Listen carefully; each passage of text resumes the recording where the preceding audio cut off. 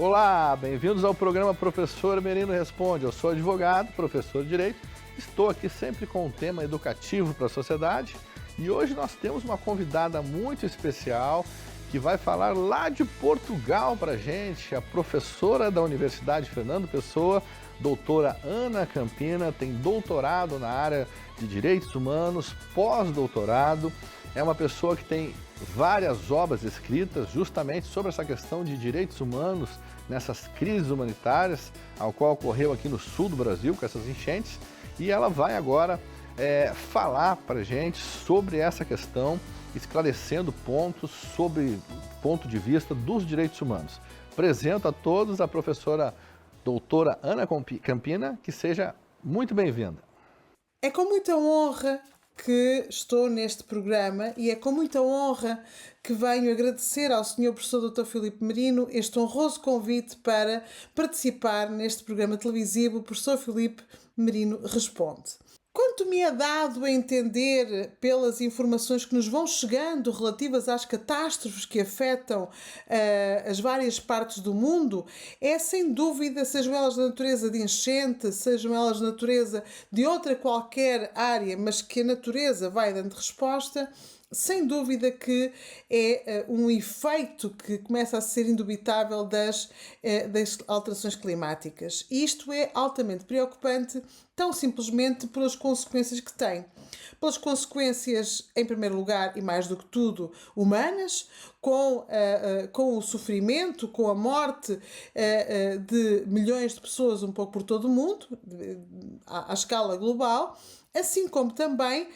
nas mais diversas áreas e nas mais diversos países, estes impactos são impactos com as mais diversas consequências na economia, no território, na área política, na área social e na área, obviamente, sobretudo, que mais importa, na questão humana. E mais do que tudo, essa humana. E depois com a consequência daquilo que é a globalização, o impacto direto ou indireto na restante sociedade global. Quando nos olhamos para estas questões, temos que começar pela questão, obviamente, jurídica. Obviamente que não vou deixar de pensar naquilo que são os direitos humanos, essa é a principal temática que me traz aqui, e falar de direitos humanos implica naturalmente remeter-nos àquilo que é o conceito geral e que advém da Carta das Nações Unidas e da Declaração Universal dos Direitos Humanos e que nos remete, obviamente, aos direitos que são reconhecidos a todo e qualquer ser humano em qualquer parte do mundo e depois, naturalmente, que são transpostos, ao serem transpostos para o ordenamento jurídico de cada um dos Estados ou das regiões, se pensarmos, por exemplo, na União Europeia, são direitos fundamentais reconhecidos a um conjunto de cidadãos e de pessoas, mas os direitos humanos não têm nacionalidade e são reconhecidos à escala global pelo aquilo que é a base do direito internacional. Neste contexto, existem múltiplos diplomas legais internacionais de proteção dos direitos humanos e também que remetem também para aquilo que é a interajuda humanitária que tem que ser, naturalmente, disciplinada à escala internacional. Ou seja, temos um contexto global, geral, que nos remete para esta proteção jurídica internacional e depois, obviamente, a proteção jurídica de cada um dos Estados, sem esquecer aquilo que é o papel de outro sujeito fundamental de direito internacional, que são as organizações internacionais, como, por exemplo, o caso da União Europeia. Então, nós temos que olhar para os direitos humanos como aqueles que estão plasmados nos diplomas internacionais e aquilo que são, por exemplo, e remeto-me aqui a uma brevíssima abordagem, às Nações Unidas, à Comissão Interamericana dos Direitos Humanos, ao Conselho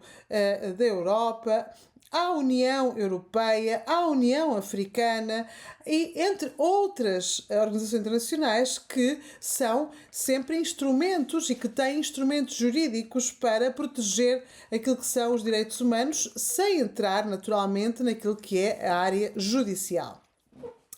Ora, isto leva-nos a um outro elemento crucial naquilo que é esta abordagem, porque todos os Estados têm mecanismos internacionais de ajuda humanitária, ou seja, mecanismos esses que os Estados reconhecem e sabem que podem aceder em situação de catástrofe, em situação de necessidade de apoio humanitário.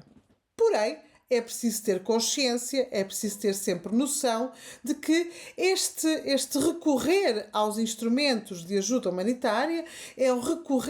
depende sempre daquilo que é a questão política, está sempre interdependente da decisão política daquilo que são naturalmente o papel dos Estados, naquilo que são os governos e naquilo que são os órgãos de poder dentro da estrutura política de um Estado. Ora, pensar nestas questões leva-nos também, e ainda que de uma forma, repito, muito breve, tenhamos em consideração que em situação de apoio humanitário, mais do que só o direito internacional, temos também aquilo que é o direito internacional humanitário. E aí, obviamente, esta ajuda humanitária está plasmada naquilo que são os instrumentos jurídicos de direito internacional humanitário. E aí temos que recorrer naturalmente àquilo que são as convenções de Haia, aquilo que são, obviamente, desde a Carta das Nações Unidas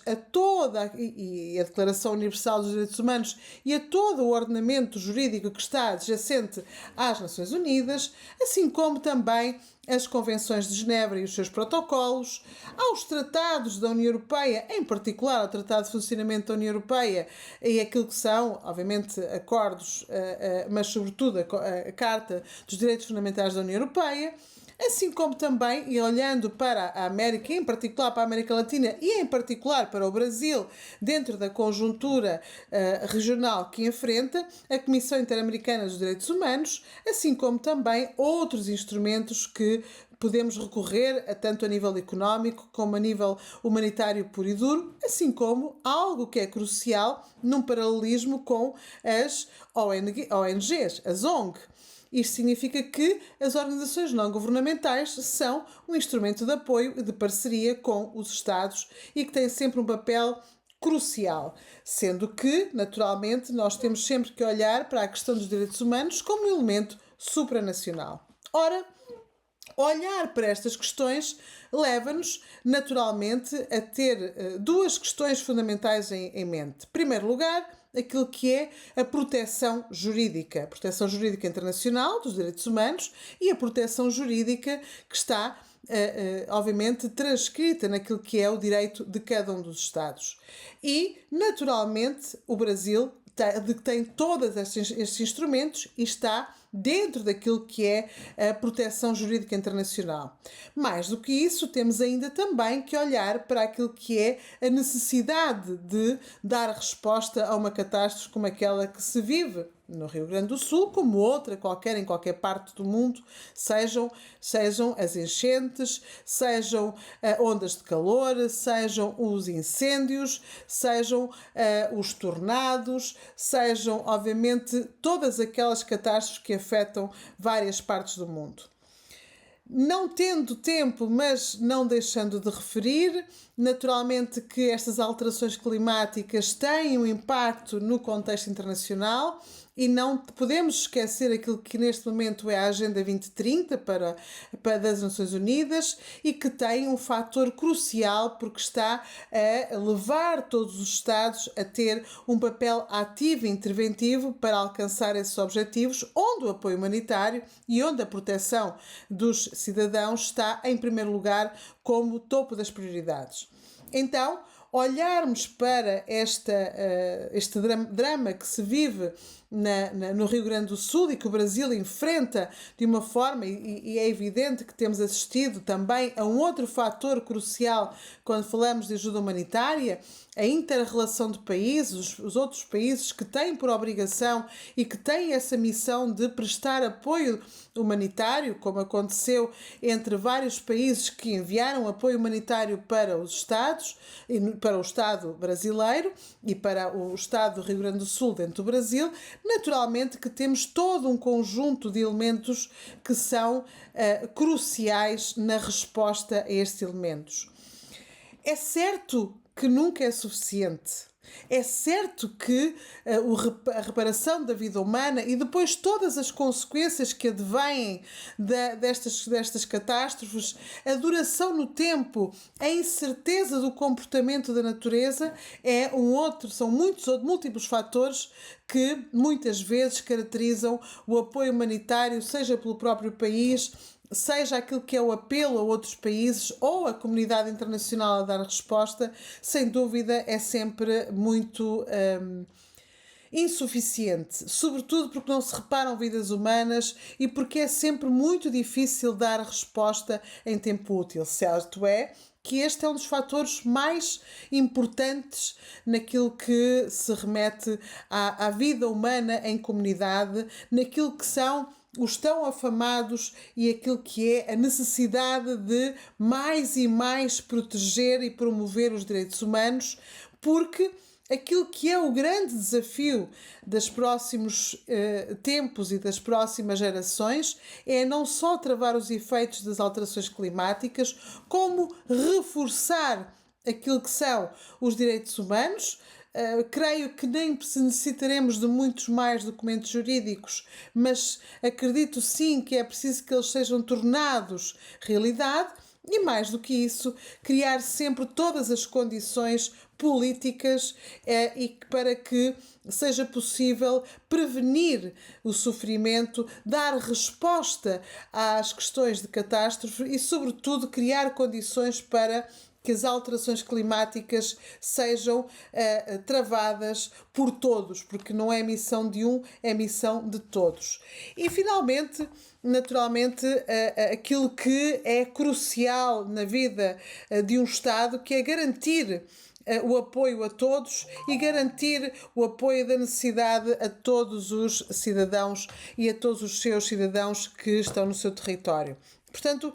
esta é uma vivência da comunidade internacional, esta é algo que é crucial quando nos remetemos à percepção da necessidade de interajuda e de uma convivência. Este será, naturalmente, e cada vez mais, o fator-chave daquilo que chamamos humanidade e de uma vivência de interajuda. Ao Brasil, sabemos as dificuldades que têm sido enfrentadas para travar as consequências negativas e o trabalho extraordinário humanitário que tem sido feito, tanto internamente como aquele que tem sido enviado. Pelo que sei, pelo que tenho sabido, é uma dificuldade pela dimensão dos danos, mas é louvável todos aqueles que têm sido um contributo para a resposta a este drama. Mais do que isso, creio que é crucial termos todos consciência que não podemos cruzar os braços e temos que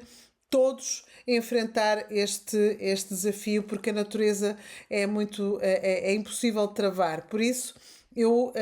creio que todos aqueles que acreditamos nos direitos humanos não podemos só ficar pelas boas palavras, mas sim, sobretudo, sermos cidadãos ativos e interventivos e cada um na sua vida profissional, cada um na sua vida ativa, cada um na sua vida como ser humano, fazer o seu melhor no sentido de promover esta educação para os direitos humanos e este caminho sempre sinuoso e sempre longo de combate àquilo que são, obviamente, todos os problemas que afetam e, sobretudo, as catástrofes naturais que não têm uma mão humana direta. Por isso, eu faço votos